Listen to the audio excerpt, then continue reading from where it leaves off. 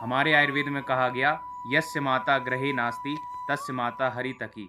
जिनके घर में माँ नहीं होती हैं उनकी माँ हरितकी को कहा जाता है। अब आप कहेंगे हरितकी क्या है, तो हरितकी जो है एक मूल नाम है। हरितकी को हम हिंदी में हरड़ के नाम से जानते हैं। इसका बॉटेनिकल नेम होता है टर्मिनेलिया चेब्यूला और इसकी फैमिली होती है कॉम्ब्रिटेसी। प्रश्न आता है कि इसको माता की संज्ञा क्यों दी गई, तो कहा गया कदाचित कुप्यति माता ना उदरस्ता हरितकी।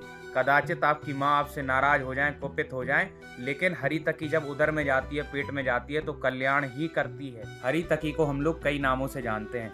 इसका पहला नाम है अभया, क्योंकि ये रोग रूपी भय से हमें दूर रखता है। इसका दूसरा नाम है चेतकी। चेतकी का अर्थ होता है चेतयति चित्तम प्रबोधयति, मतलब जो चित्त को जागृत कर देता है, माइंड को शार्प कर देता है। इसका एक नाम पूतना भी होता है। पूतना का अर्थ होता है पूतम समशुद्धम करोतीति, अर्थात जो शरीर को शुद्ध कर देता है, इसलिए इसका एक नाम पूतना भी है। इसका एक और नाम होता है जिसको हम बोलते हैं अमृता। अमृता क्यों बोला गया, क्योंकि बोला गया अमृतवत फलदायिनी, अमृत के समान फल देने वाली होती है, इसलिए इसको हम अमृता भी बोलते हैं। प्रयोग भेद के अनुसार हरितकी के गुण अलग अलग हो जाते हैं। आचार्य कहते हैं कि चर्विता वर्धत्य अग्नि, चबाने से अग्नि का वर्धन करने वाली होती है।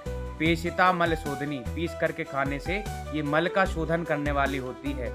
सुन्ना संग्राहिणी पथ्या, जब आप इसे उबाल करके खाते हैं तो ग्रहणी रोग को ठीक करती है, डायरिया को ठीक करती है। भ्रष्टा प्रोक्ता त्रिदोषनोत, भूंज करके खाने से ये तीनों दोषों को ठीक करती है, तीनों दोषों का समन करती है। 8 जगह आचार्य भव प्रकाश ने इसका निषेध किया है, मतलब 8 जगह इसको यूज नहीं करना चाहिए। कौन कौन सी वो जगह है, तो बोला गया अध्व अति खिन्नो, अर्थात ज्यादा रास्ता चलने से जो थक गए हों।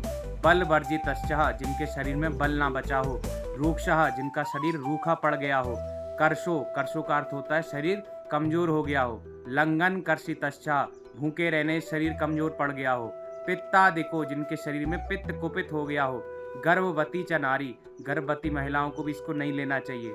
विमुक्त रक्ता, जिनका रक्त मोक्षण हो गया हो। तू अभयाम न खादित, तो उनको ये अभय नहीं लेना चाहिए।